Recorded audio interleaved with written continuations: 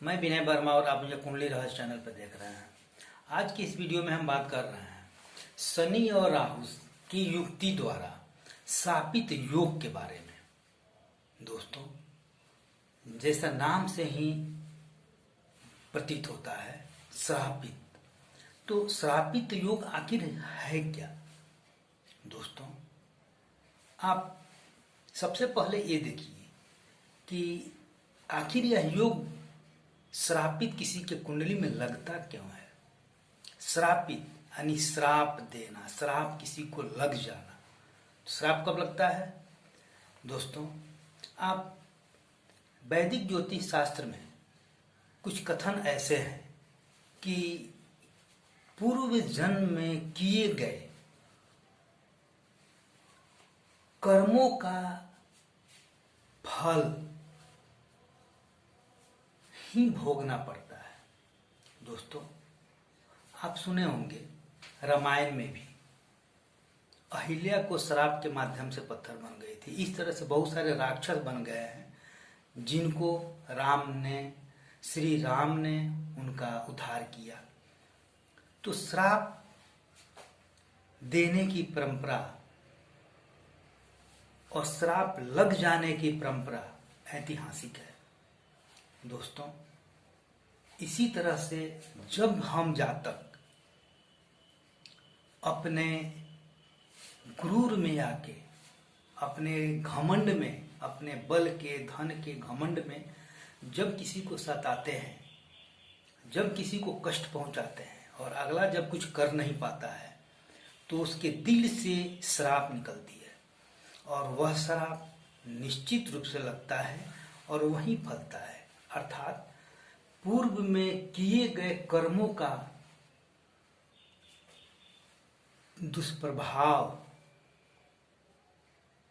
जब लोगों के माध्यम से श्राप के रूप में मिलता है, तो वहीं आज इस जन्म में आपकी कुंडली में शनि और राहु एक साथ बैठ जाते हैं और श्रापित योग लग जाता है।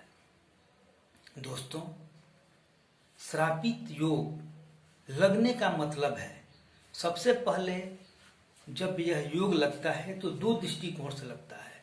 एक तो दोनों एक साथ बैठ के एक युक्ति बनाकर श्रापित योग लगता है, और दूसरा शनि और राहु की दृष्टि संबंध भी श्रापित योग लगाता है। और दोनों ही हाल में आदमी बीमार पड़ जाता है, घर में परेशानी होती है, उनके साथ निगेटिव चीजें जुड़ जाती है, बहुत सारी कष्ट होती है। और सही देखा जाए तो शनि भी पाप ग्रह है, राहु भी पाप ग्रह है। राहु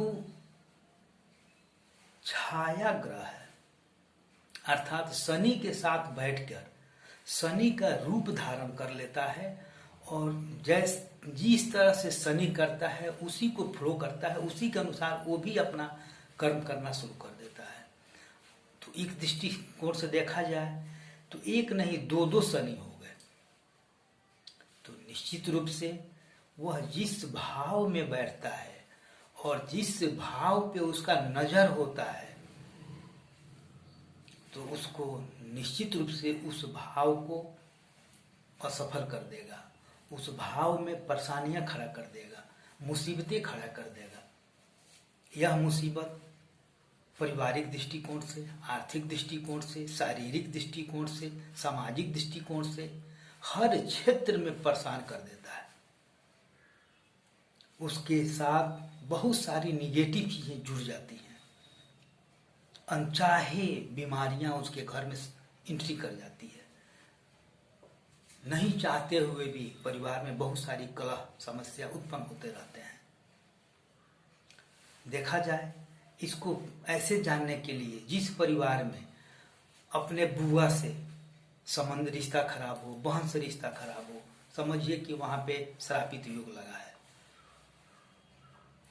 तो निश्चित रूप से इस चीज का ज्ञान आप समझ सकते हैं।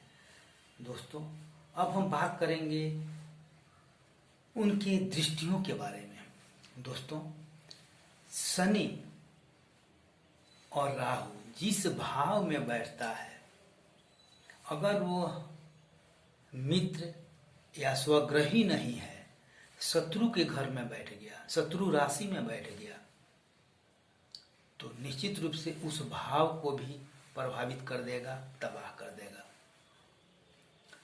और उसका नजर जहाँ पे पड़ता है, उस घर को भी, घर से उस भाव से मिलने वाले शुभ फल को भी विफल कर देगा। उस भाव से जो भी फल होते हैं उसका निगेटिव प्रभाव देना शुरू कर देगा। दोस्तों, शनि का नजर तीसरा, सातवां और 10वां होता है, और राहु का नजर 5वां, 7वां और 9वां होता है। तो अब देखा जाए तो शनि का तीसरा, राहु का 5वां, शनि और राहु दोनों का 7वां, राहु का 9वां और शनि का 10वां, ये 5 घर होता है। इन 5 घर को श्रापित योग लगने पर वो शनि और राहु अपने कैप्चर में कर लेता है। वहां पे उसका नजर जाता है और 5 घर तबाह हो जाते हैं।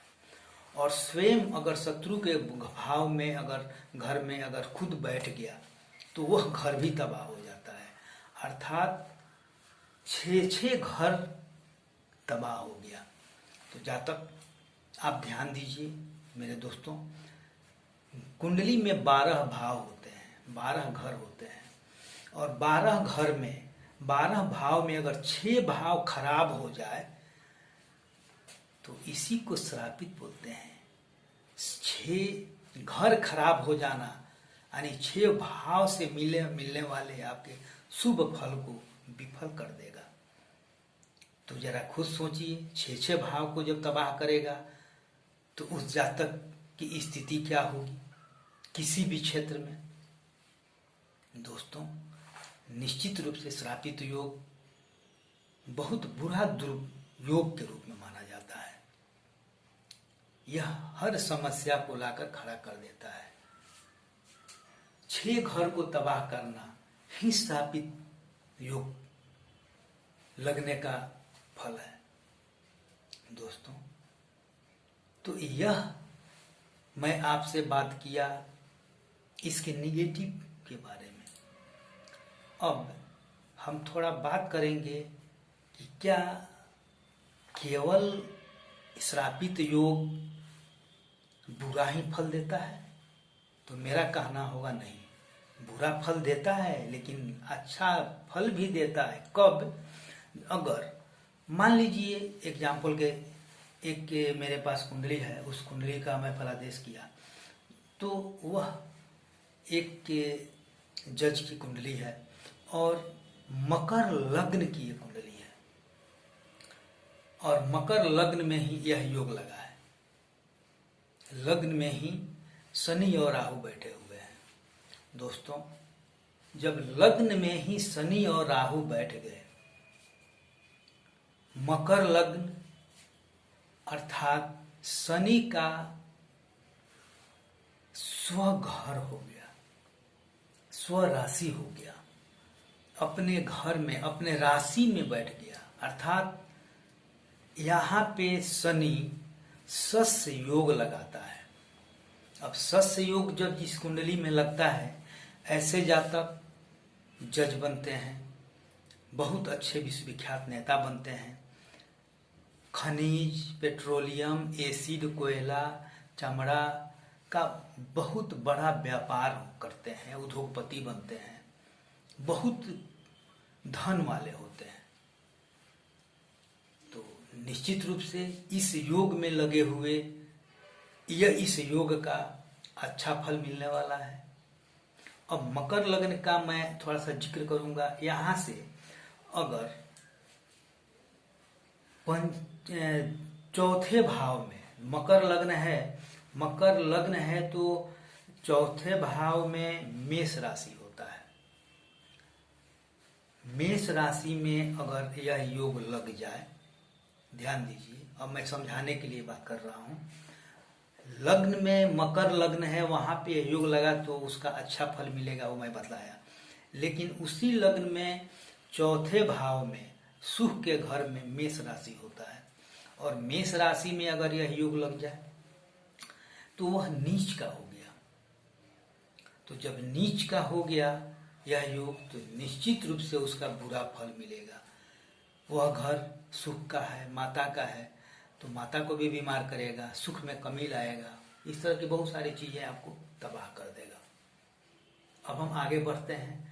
यही योग पंचम भाव में वृषभ राशि में अगर लग जाए, वृषभ राशि में पंचम भाव पड़ता है मकर लग्न के हिसाब से, तो पंचम भाव में अगर वृषभ राशि है, उस राशि में पंचम भाव में अगर शनि और राहु बैठ जाए, श्रापित योग लग जाए, तो यह मित्र की राशि हुई, शनि का मित्र है, मित्र राशि हुई। तो यहाँ पे अगर शनि बैठता है तो वह विद्या का भाव है और पुत्र का भाव है, तो निश्चित रूप से ऐसे जातक विद्वान होंगे और उसके पुत्र भी विद्वान होंगे, अच्छे होंगे। तो ये मित्र की बात हुई। अब सातवें भाव में कर्क राशि होता है, तो कर्क राशि में अगर शनि और राहु बैठ जाए तो यह शत्रु का घर हो गया। तो निश्चित रूप से पत्नी, पार्टनर, व्यापार, बहुत सारी चीजें को ये डिस्टर्ब कर देगा, परेशान कर देगा, क्योंकि शत्रु के घर में बैठ गया, तो यहाँ बुरा फल देगा। अब यही इसी लग्न के आधार पे हम 10वें भाव में देखते हैं। 10वें भाव में तुला राशि बैठता है, तो तुला राशि में अगर यह योग लग जाए, तो तुला राशि में जब योग लगेगा तो उच्च का हो जाएगा। शनि का उच्च राशि होता है तुला राशि, तो उच्च का जब शनि हो जाएगा तुला राशि में बैठ के, तो वहां भी शस्य नामक महापुरुष योग लगाता है। तो जब शस्य नामक महापुरुष योग लगाएगा तो निश्चित रूप से इस भाव में अगर यह योग लगता है तो ऐसे जातक बहुत बड़े अधिकारी बनेंगे, फिर वहीं जज बनेंगे, नेता बनेंगे, उद्योगपति बनेंगे, तो निश्चित रूप से पेट्रोलियम खनिज वगैरह का मालिक बन जाएंगे, बहुत उच्च क्वालिटी के होंगे। तो हुआ ना, यह लाभ का फल। एक पक्ष काला है तो दूसरा पक्ष सफेद है, एक तरफ दुर्योग है तो दूसरे बगल सुयोग है, लाभ भी देता है। लेकिन वहीं उसका नजर के बारे में मैं बतलाया, इस भाव में बैठकर लाभ तो देगा, लेकिन वहीं जब उसका नजर उस पांचों घर पे पड़ेगा तो वहां पे उसका दुष्प्रभाव पड़ना शुरू हो जाएगा। लेकिन एक तरफ उस छप्पर फाड़ कर देगा। हाँ, ये अलग की बात है, शनि का चाल थोड़ा धीरे होता है, रिश्ते तो खराब करता है। शनि और राहु एक साथ बैठता है तो रिश्तों को खराब कर देता है, तोड़ देता है। लेकिन भौतिक सुख देने में कभी कटौती नहीं करता है, धीरे ही देता है, लेकिन छप्पर फाड़ के देता है, पूर्ण देता है। दोस्तों, अब इस योग को अब हम बताते हैं कि यह कब पूरा फल देगा, पूर्ण फल देगा, और कब थोड़ा फल देगा। दोस्तों, तो इस चीज को समझने के लिए शनि और राहु जिस भाव में बैठते हैं, जिस राशि में बैठते हैं, और उनका डिग्री अंश कितना है, तो मैं भाव के बारे में बतलाया, राशि के बारे में बतलाया, अब मैं डिग्री के बारे में बतला रहा हूं। तो डिग्री अर्थात शनि का, मान लीजिए कि शनि का अगर डिग्री 15 है, अंश 15 है, और राहु का 10 है, तो 5 अंशों का डिफरेंस हुआ, अर्थात दोनों बलिष्ठ हैं, दोनों का संबंध गहरा है। तो वह अगर अच्छे फल देने वाले भाव में और राशि में बैठे हैं तो अच्छा फल पूर्ण रूप से देंगे। लेकिन वही भाव अगर बुरे भाव में बैठे हैं तो बुरा फल भी पूर्ण रूप से देंगे, उसको तबाह कर देंगे। ठीक इसी तरह से अगर मान लीजिए कि अगर शनि का अंश अगर 5 है, मान लीजिए शनि का अंश अगर 5 है और राहु का अंश 27 है, तो डिफरेंस कितना हुआ? 22 का। तो इस स्थिति में उसका जो बल हुआ वो काफ़ी डिफरेंस हो गया। तो उसका जो प्रभाव होगा, उसके प्रभाव में अगर अच्छे भाव में भी बैठा है तो उसका फल कम मिलेगा, और बुरे भाव में भी, बुरे शत्रु के घर में भी बैठे हैं तो उसका प्रभाव कम मिलेगा। तो इनके अंशों पे भी उनको बल मिलता है और वही बल फल देता है, चाहे बुरा दे या अच्छा दे। दोस्तों, इसके अलावा महादशा अंतरदशा को भी ध्यान में रख के गणना की जाती है कि कब यह पूर्ण रूप से लागू होता है। दोस्तों, निश्चित रूप से यह भी है कि अगर गुरु का नजर पड़ जाए उस पे, तो उसके प्रभावों को, दुर्योग को कम कर देगा। अच्छे फल को तो बढ़ा देगा, लेकिन उसके बुरे प्रभाव को कम कर देगा। बिल्कुल खत्म नहीं करेगा, कम कर देगा। इसलिए दोस्तों, आप निश्चित रूप से ध्यान दें कि अगर इस योग में अगर आदमी लोहा का खरीदता है, चमड़ा खरीदता है या घर बनवाता है, तो कोर्ट कचहरी का मामला पकड़ लेता है। निश्चित रूप से ऐसे जातक परेशान हो जाते हैं, झगड़ा झंझट होने लगता है, कोर्ट पकड़ लेता है, मुकदमा हो जाता है, किसी से लड़ाई होने लगती है। तो बहुत सारी समस्याएं यह दिखने को मिलता है, यह इसका फल है। तो निश्चित रूप से इसका समाधान पे ध्यान देना चाहिए। दोस्तों, अब मैं आपको थोड़ा समाधान बतला रहा हूँ, उस पर आप ध्यान दीजिए।